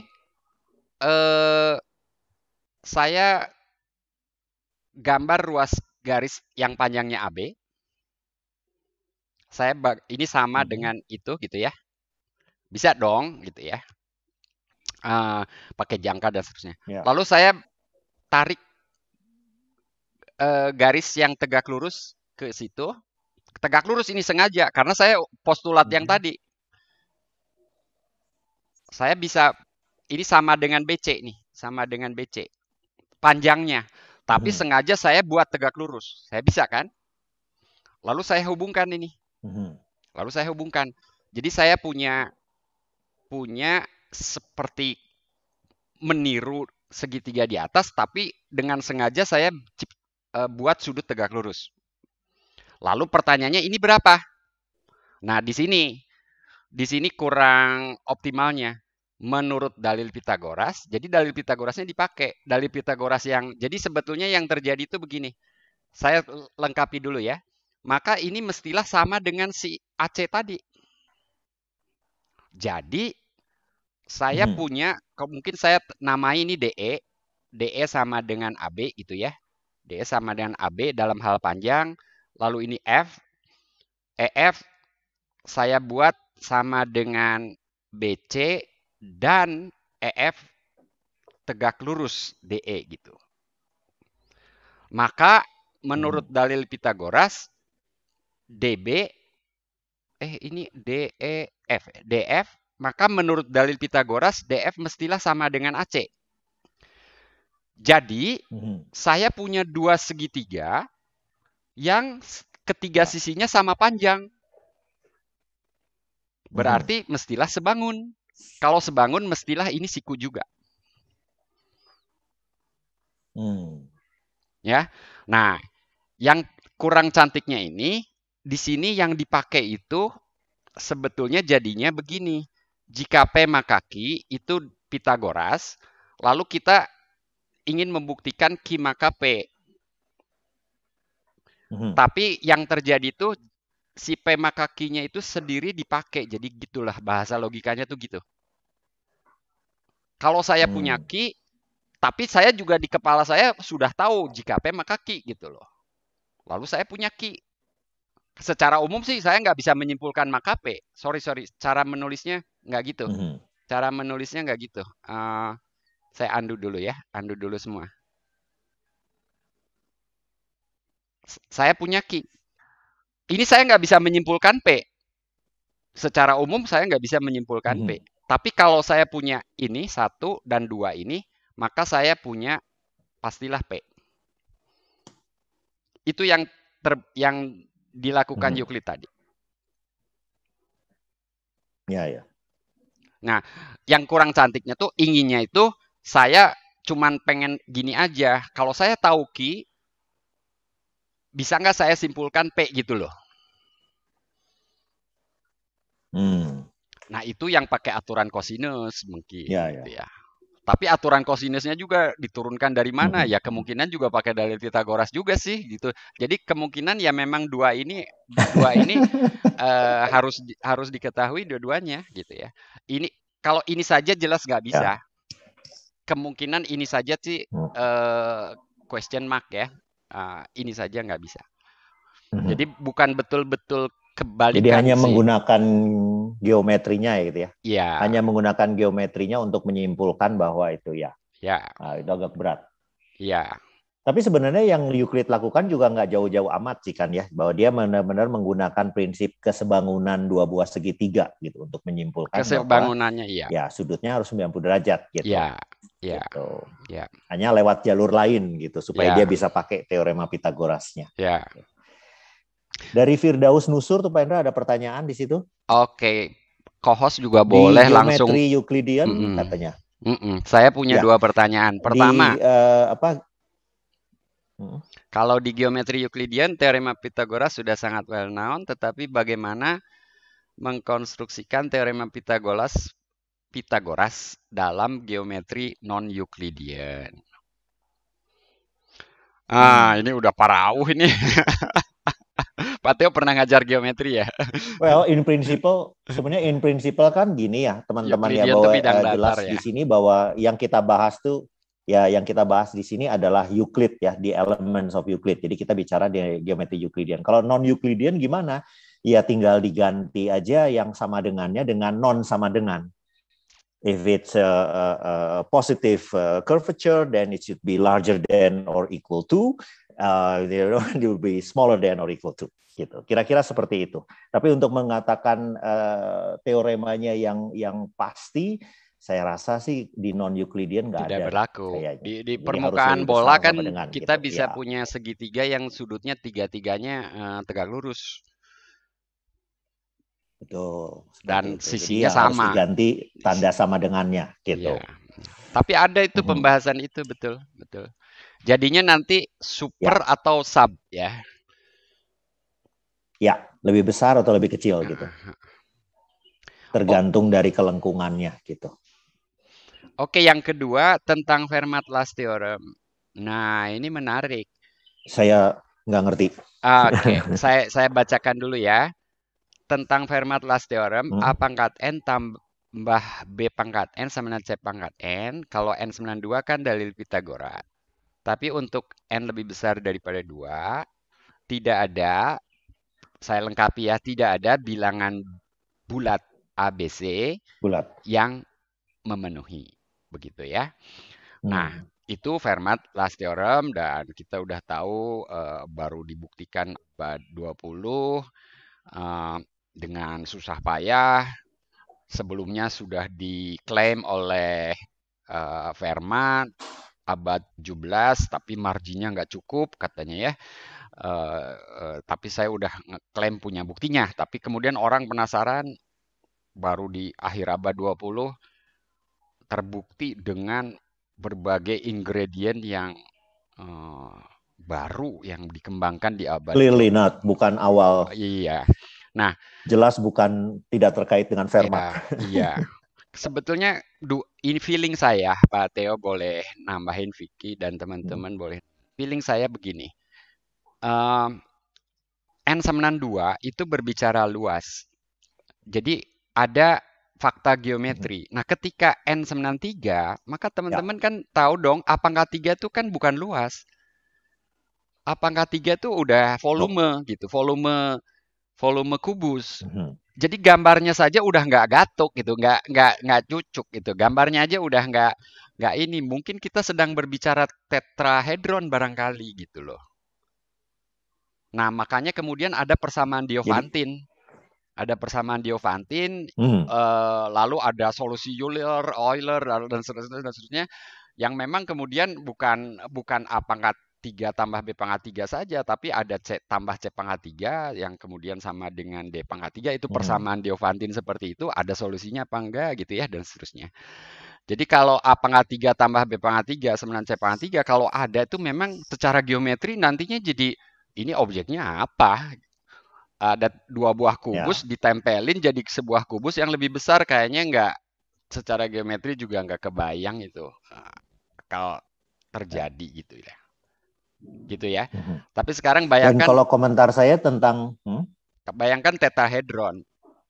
Bayangkan tetrahedron punya 4 muka. Lalu di masing-masing mukanya bukan kubus tapi 1/6 kubus, karena kalau kita bangun tetrahedron lagi, itu volumenya tuh 1/6 dari kubus yang sisinya ya sama gitu ya. Nah, maka saya bisa berharap volume kubus yang menempel di 4 muka tadi, kalau mungkin tetrahedronnya right angle ya, kebayang ya. 3 sisinya membentuk sudut siku-siku seperti pojok gedung lah. Pojok gedung yang lantai, lalu dindingnya juga saling siku gitu ya. Lalu bidang yang miringnya yang bidang keempat. Nah, sekarang bayangkan di masing-masing mukanya itu berdiri tetrahedron lagi gitu kan. Begitu. Tapi yang sisinya sama, jadi seperti 1/6 kubus gitu ya.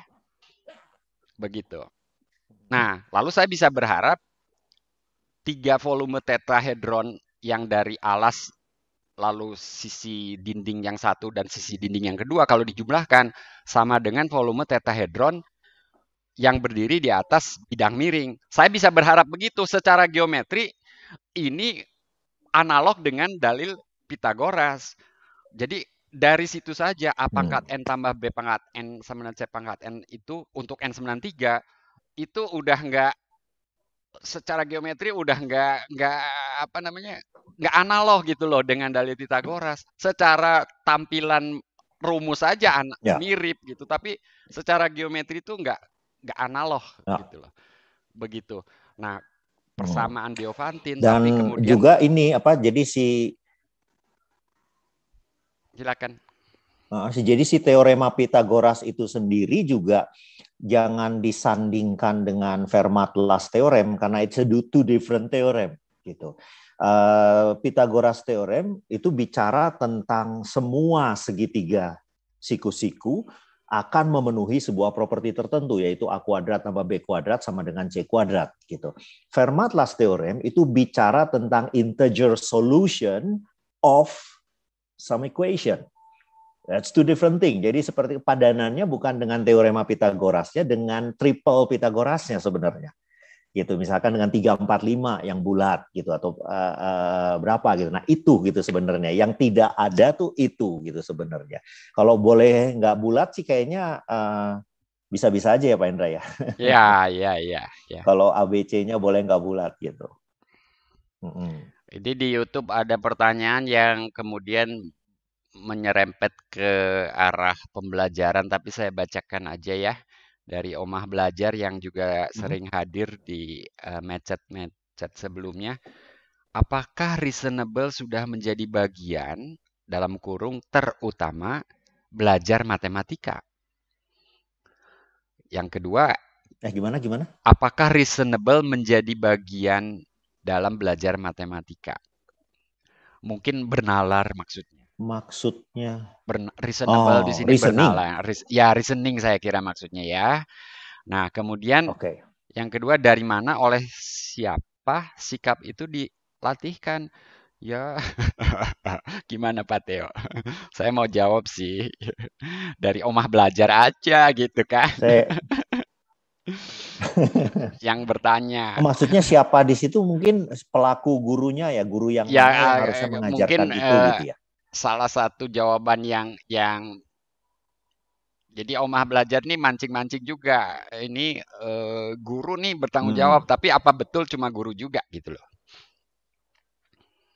Oh, I see. Kalau ornamen masyarakat atau peran bagian dari masyarakat mana yang berperan memainkan reasoning, peran untuk mengajarkan reasoning, nomor 1 menurut saya harusnya adalah orang tua gitu ya. Orang tua harus mengajarkan anaknya tentang reasoning. Orang tua dilarang untuk memberikan sebuah perintah tanpa ada reasoning yang jelas gitu, misalkan seperti itu. Tentu di usia yang tepat gitu ya. Kalau usianya masih udah mencapai usia tertentu, usia remaja, orang tua perlu mengizinkan anaknya untuk bernalar gitu. Sebab justru kebanyakan bernalar secara umum ya, bahkan ya. Bukan mathematical reasoning. Nggak hanya nalar matematik, betul sekali gitu. Bukan gitu, tapi bernalar secara umum gitu. Nah, pelaku pembunuh nalar yang paling besar itu biasanya adalah pemegang otoritas gitu, yaitu guru dan orang tua gitu, biasanya seperti itu gitu. Itu yang sayangnya gitu ya, seperti itu. Nah, terus kalau tadi dibilang bernalar itu kan kaitannya hanya dengan matematik, jawabannya tentu saja tidak gitu. Ya, di dalam semua tempat ketika kita mengajar fisika, kita mengajar fisika masih dekat sama matematik sih. Kalau kita ngajar sejarah, there should be some logic behind it. There should be why and what cause what gitu loh, seperti itu. Nah, orang perlu diajar berpikir hal-hal yang seperti itu gitu. Teman-teman bisa lihat tadi ketika kita memulai diskusi ini, saya dan Pak Hendra memulai dengan menceritakan Euclid itu siapa, historical fact, sejarahnya itu dia lahir tahun berapa atau tahun berapa, tapi bukan sebagai sesuatu untuk dihafal. Dia tahun berapa lahir, meninggal tahun berapa. No, to give us some idea on the ambience. What's the ambience? The atmosphere. Keadaan pada saat itu untuk kita bisa mendeteksi. Saya senang sekali apa yang dikatakan Pak Vicky sebagai komentar tadi. Luar biasa banget, ini dilakukan di tahun itu gitu, ya kan? Artinya dengan segala keterbatasan. Tahu dari mana segala keterbatasan? Karena kita tahu tahun-tahun hidup tersebut gitu. Jadi fakta-fakta sejarah itu bukan sesuatu yang perlu disajikan sebagai bahan hafalan, tetapi sebagai sesuatu yang menambahkan sebuah konteks yang jelas gitu dari the whole story gitu. Nah, itu yang akan mengajarkan anak-anak kita tentang bernalar. Saya pikir orang tidak akan segera menjudge perilaku sesuatu itu buruk atau enggak, tapi juga dapat melihatnya lewat konteks masa pada saat itu gitu. Itu pentingnya gitu. Kenapa kita perlu tahu historical fact gitu. Mungkin Pak Indra mau ada tambahan? Iya, saya setuju seperti itu. Jadi dan ini kalau bagian ini tentu ini sudah menjadi bagian di luar matematika itu sendiri ya. Jadi teman-teman boleh berpendapat juga, mangga gitu loh, Mas Wiworo, Bung Syafri, Pak Anwar, silahkan kalau mau nimbrung di sini. Ini udah bagiannya ini nih, Ya. ngadabrulnya nih, saling nimbrungnya nih. Silahkan. Udah injury time. Sambil nunggu yang nimbrung, saya mau jawab pertanyaannya Pak Firdaus Nusur tuh Pak yang di Ya, chat ya, silahkan. bagus, pas, nyambung.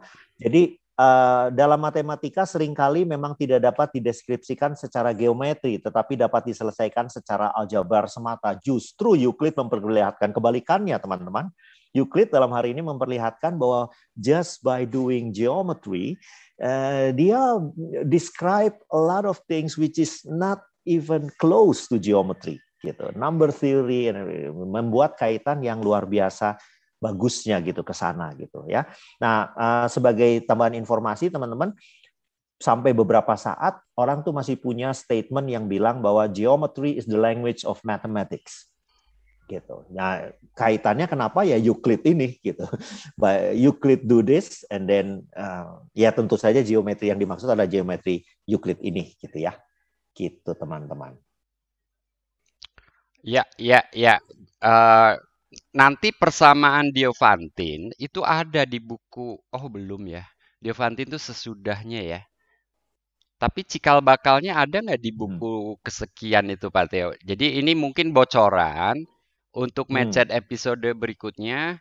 Kita akan coba browse buku 2, 3, 4, 5, dan seterusnya. Ya. Tentunya diurut dari setelah 1 ya 2, 3, tapi mungkin kita tidak akan mengupas setiap buku secara rinci. Mungkin kalau dari buku 2 ada yang menarik, kita akan bahas di episode berikutnya. Ya. Jadi Medchat seri 2 ini mungkin sampai episode berapa itu masih akan membahas topik-topik dari Elements, ya, dengan harapan teman-teman Bung Syafri yang mencintai matematika, Bu Heni yang juga ngajar, Mas Boro yang melatih guru, dan teman-teman lain semua itu juga bisa mendapat wawasan tanda kutip baru gitu ya, paling tidak sebagai reminder bahwa banyak yang kita ketahui sekarang ini sebetulnya sudah dikembangkan jauh sebelumnya gitu ya, 2300 tahun yang lalu, dan juga nanti muncul nama-nama bukan hanya Pythagoras teman-teman gitu ya, bukan juga cuma Euclid yang teman-teman kenal, tapi tadi Eudoxus kenal nggak gitu ya, lalu siapa Tacitus, terus namanya juga susah tuh ya, kenal nggak? Dan ini ada satu poin penting juga yang menarik sebetulnya ya, bahwa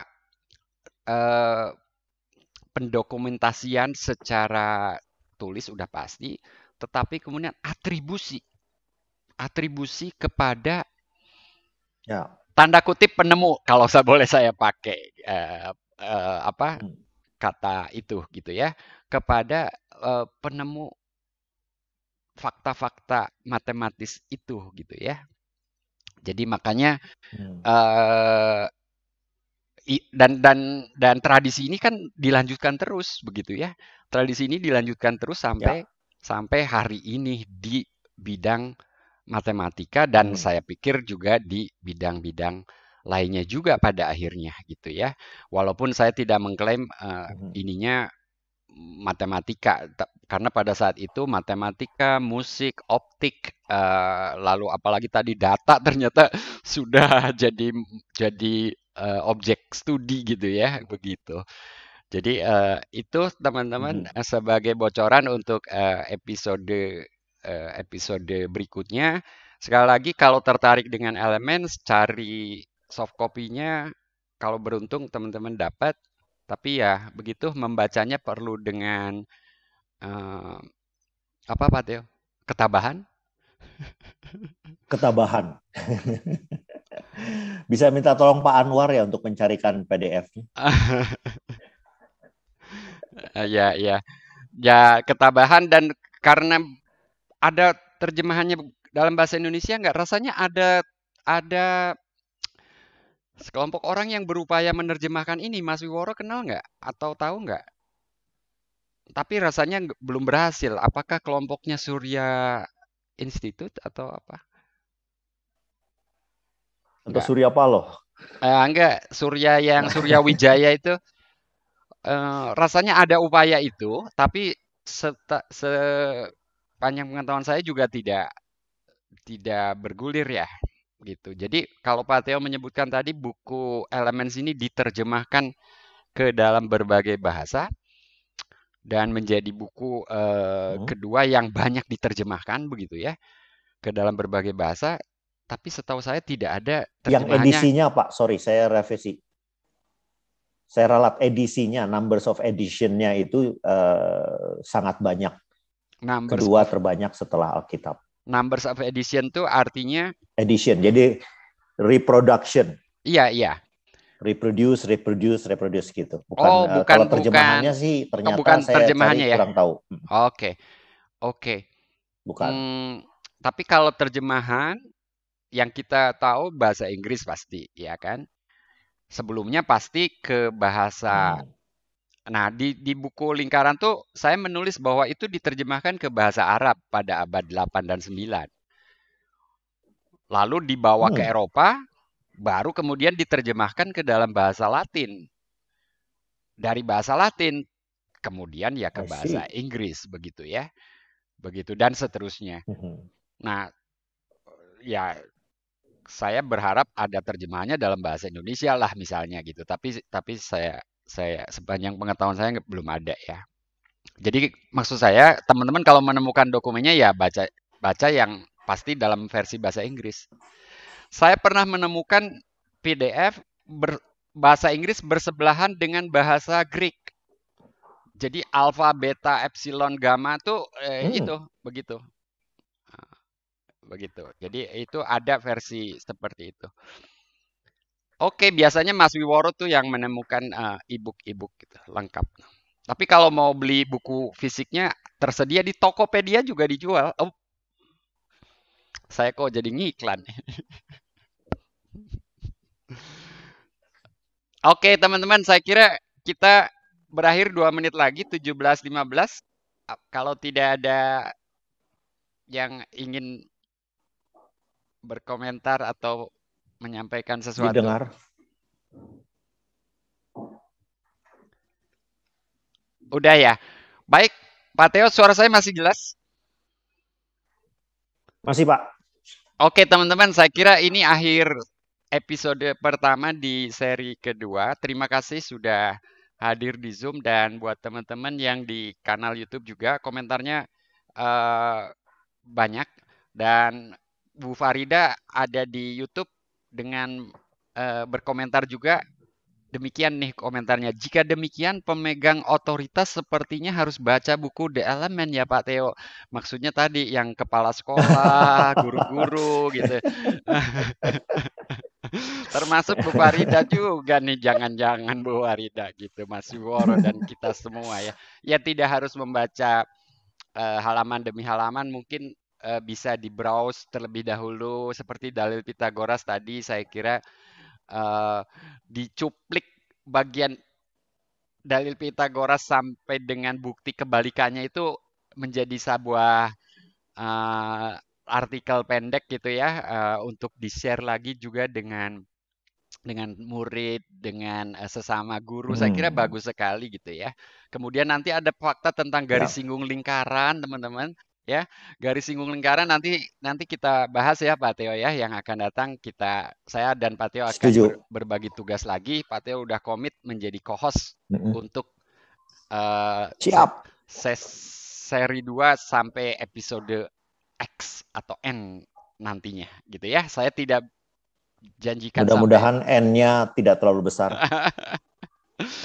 Oke, sampai jumpa lagi di episode 2. Oh ya, satu pengumuman, episode 2. Sedikit Pak Indra ya. Pengumuman kemungkinan sedikit Pak Indra, yang tadi komentarnya Ibu Farida tadi gitu ya, sorry. Ibu Farida tadi gitu ya.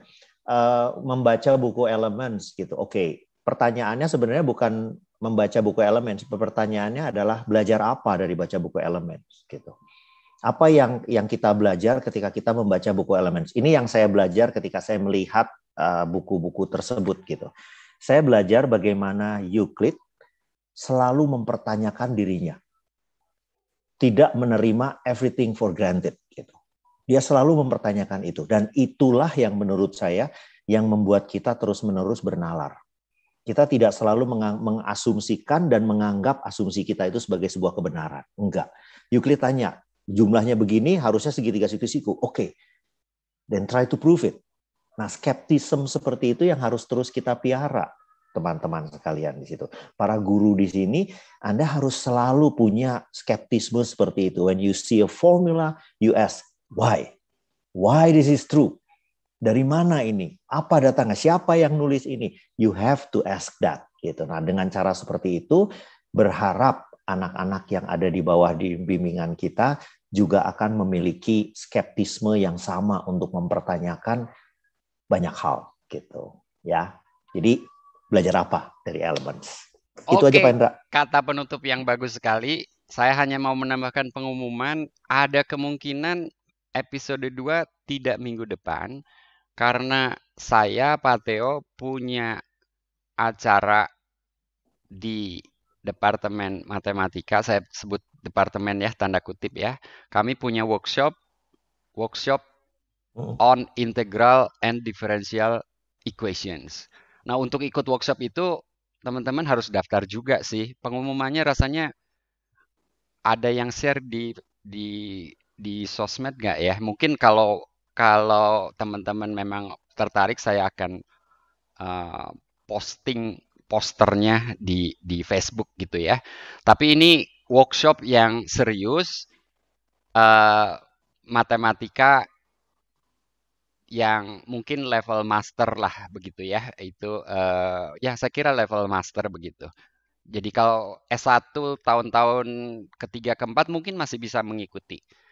Tentu saja teman-teman yang sudah sarjana bisa mengikuti, tapi workshop ini diperuntukkan buat yang memang studi matematika. Itu saja sih.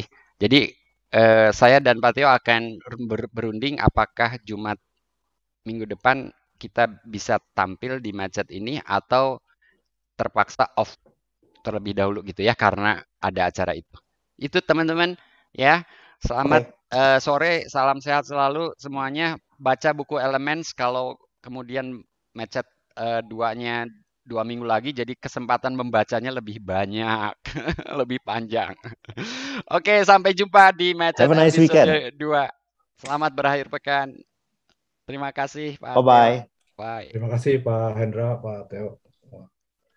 Sama-sama, terima kasih. Prof. Hendra. Sama-sama. Terima kasih Pak Theo dan Pak Hendra. Bu Heni, aduh.